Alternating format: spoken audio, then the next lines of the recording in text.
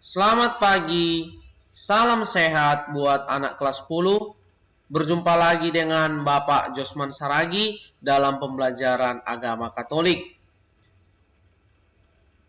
Pada pagi hari ini, pertemuan kita yang ke-9, kita akan memasuki materi agama kita atau pembelajaran kita pada pagi hari ini dengan judul materi Sengsara, Wafat, dan Kebangkitan Yesus Kristus. Pertama sekali, kita harus mengetahui apa makna sengsara, wafat, dan kebangkitan Yesus Kristus sendiri. Dalam sengsara, wafat, dan kebangkitan Yesus Kristus sendiri ada 5 makna.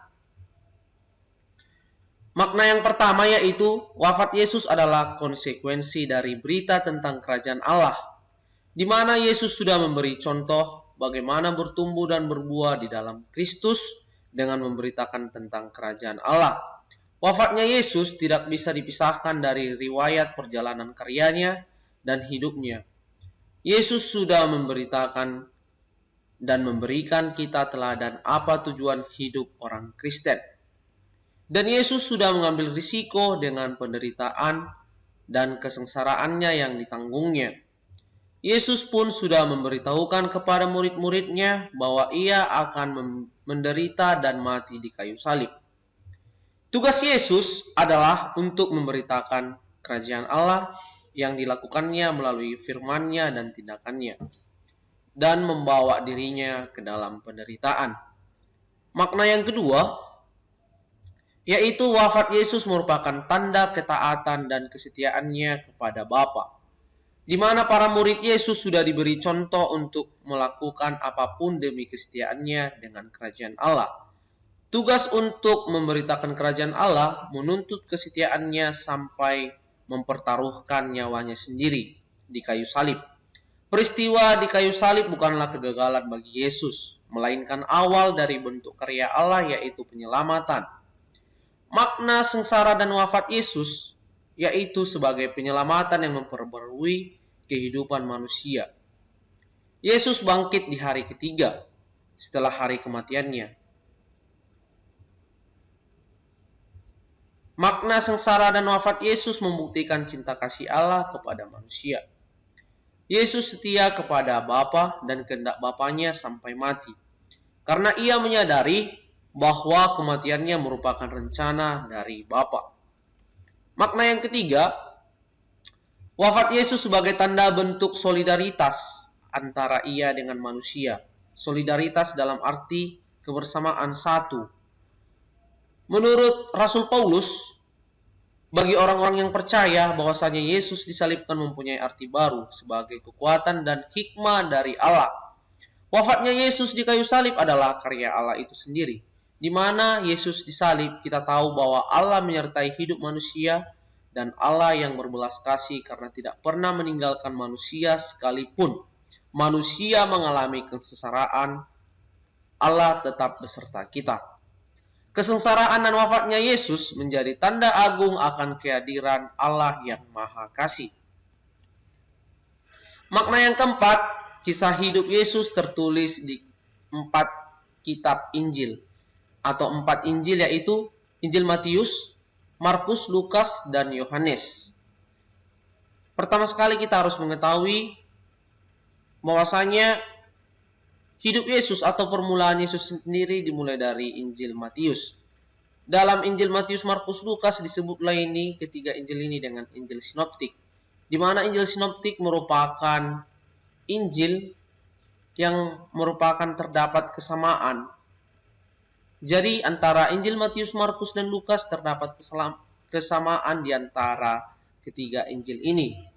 Secara garis besarnya, bahwasanya kisah sengsara Yesus sampai wafatnya dimulai dari Yesus berdoa di Taman Getsemani, kemudian ditangkap di tempat yang sama, lalu dibawa ke hadapan para penguasa, kemudian disiksa, setelah itu dijatuhi hukuman mati, lalu memikul salib, kemudian disalibkan di Bukit Golgota. Sebelum wafat, ia menyerahkan nyawanya kepada Bapaknya, kemudian wafat. Lebih sedih lagi karena orang yang melaporkan Yesus adalah muridnya. yang bernama Yudas Iskariot. Dan saat Yesus ditangkap, ketiga muridnya yang menemani Yesus berdoa di Taman Getsemani melarikan diri, serta ia disangkal oleh Petrus sebanyak 3 kali. Jadi pada saat Yesus berdoa di Taman Getsemani, ada 3 murid yang menemani dia, termasuklah Simon Petrus. Tetapi pada saat Yesus ditangkap oleh orang-orang Yahudi, dan termasuklah murid-murid, salah satu kedua belas murid itu yaitu Yudas Iskariot yang mempengkhianati Yesus, dibiarkan ketiga murid inilah Yesus ditangkap, dan ketiga murid ini pergi, termasuklah Simon Petrus. Dan Simon Petrus juga menyangkal Yesus 3 kali. Di dalam kitab suci juga dikatakan bahwasanya sebelum ayam berkokok engkau akan menyangkal aku 3 kali. Begitu perkataan Yesus kepada Simon Petrus. Perkataan itu ditujukan kepada Petrus sendiri sebagai salah satu dan salah seorang murid Yesus dari 12 murid atau 12 rasul. Makna yang kelima atau yang terakhir, yaitu wafatnya Yesus adalah untuk menebus dosa semua manusia di muka bumi. Kita tahu bahwasannya Yesus adalah anak domba Allah yang menurut orang Yahudi, pengampunan dosa dilakukan makna sengsara dan wafat Yesus dengan mengorbankan anak domba kepada Allah. Jadi Yesus yang sebagai anak domba Allah itu sendiri harus menumpahkan darahnya 1 kali untuk selamanya agar dosa semua manusia di muka bumi dihapuskan. Dari wafatnya Yesus kita belajar apa itu arti kata pengorbanan. Kita dapat belajar cara mengasihi karena Yesus pernah mengajarkan tidak ada yang lebih besar dari kasih seorang sahabat yang memberikan nyawanya bagi sahabatnya. Itulah beberapa makna yang dapat kita pelajari dari kematian Yesus di kayu salib. Jadi kita ketahui juga bahwasanya Yesus Kristus sebagai anak domba Allah itu sendiri merupakan sang sahabat bagi manusia, di mana kita lihat juga Yesus dekat dengan anak-anak. Di mana Yesus berada, pasti anak-anak selalu ada dengan berserta dia. Jika kita lihat di perjalanan Yesus di dalam Injil Matius, Markus, Lukas, dan jika kita tonton dalam film Yesus Kristus sendiri. Jadi terdapat juga anak-anak dasar biblis dalam sengsara wafat dan kebangkitan Yesus Kristus. Dapat kita lihat dan dapat kamu lihat sekalian di Injil Yohanes 4 ayat 34 dikatakan bahwasanya kehendak Bapa adalah makanannya. Yesus mati menggantikan ketidaktaatan kita dengan ketaatannya. Dan terdapat juga di kitab Roma 5 ayat 9 dikatakan bahwa ketidaktaatan satu orang membuat semua orang berdosa. Demikian juga ketaatan satu orang membuat semua orang benar. Dan seperti yang dituliskan ke dalam kitab. Dan terdapat juga dalam kitab Yesaya 53 ayat 10-12 dikatakan bahwasannya Yesus menyelesaikan tugasnya sebagai hamba yang menderita.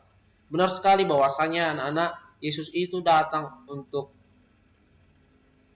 misi ilahi atau penyelamatan dunia, di mana Yesus menderita. Kita tahu bahwasannya penderitaan Yesus yang ditanggung mulai dari Yesus ditangkap hingga disalibkan dan wafat. Dan hingga Yesus bangkit. Kebangkitan Yesus meneguhkan klaimnya atas keilahiannya dalam Katekismus Gereja Katolik nomor 653, Katekismus 654, dan Katekismus nomor 655 dikatakan dan dijelaskan bahwa membenarkan kita di hadapan Allah merupakan dasar bagi pengharapan kita akan suatu kebangkitan di masa depan. Dan kebangkitan Yesus adalah dasar dari iman kepercayaan kita akan Allah. Dalam kitab 1 Korintus 15 ayat 12-14 dan 20 juga ditekankan hal demikian. Dan dalam Katekismus Gereja Katolik dan nomor 991 juga dikatakan demikian.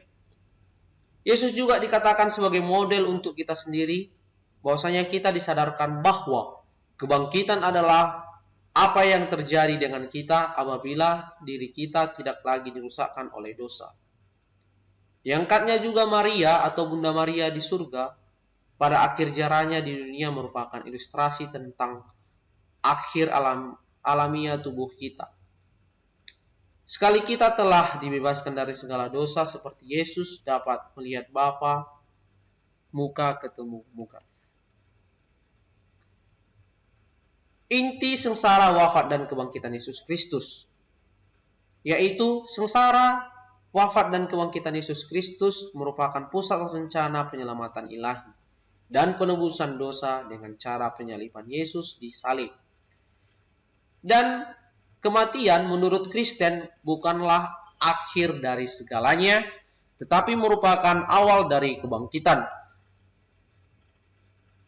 Baik anak-anak kelas 10, untuk tugas pada pagi hari ini ada 3 tugas agama Katolik. Yang pertama, jelaskan dan terangkanlah apa makna sengsara kematian Yesus bagi kita umat Kristiani, dan mengapa Yesus sendiri harus sengsara dan mati di kayu salib. Yang kedua, jelaskanlah mengapa penyaliban Yesus terjadi sangat mengerikan. Yang ketiga, jelaskanlah apa yang bisa kita ambil dari wafatnya Yesus di kayu salib, dan bagaimana sikap kita menilai penderitaan yang dialami oleh Yesus Kristus sendiri di kayu salib. Sekian dan terima kasih. Selamat pagi. Tetap semangat dalam pembelajaran agama Katolik dan semangat dalam pembelajaran daring. Saya Bapak Jusman Saragi. Terima kasih. Salam sehat. Selamat beraktivitas.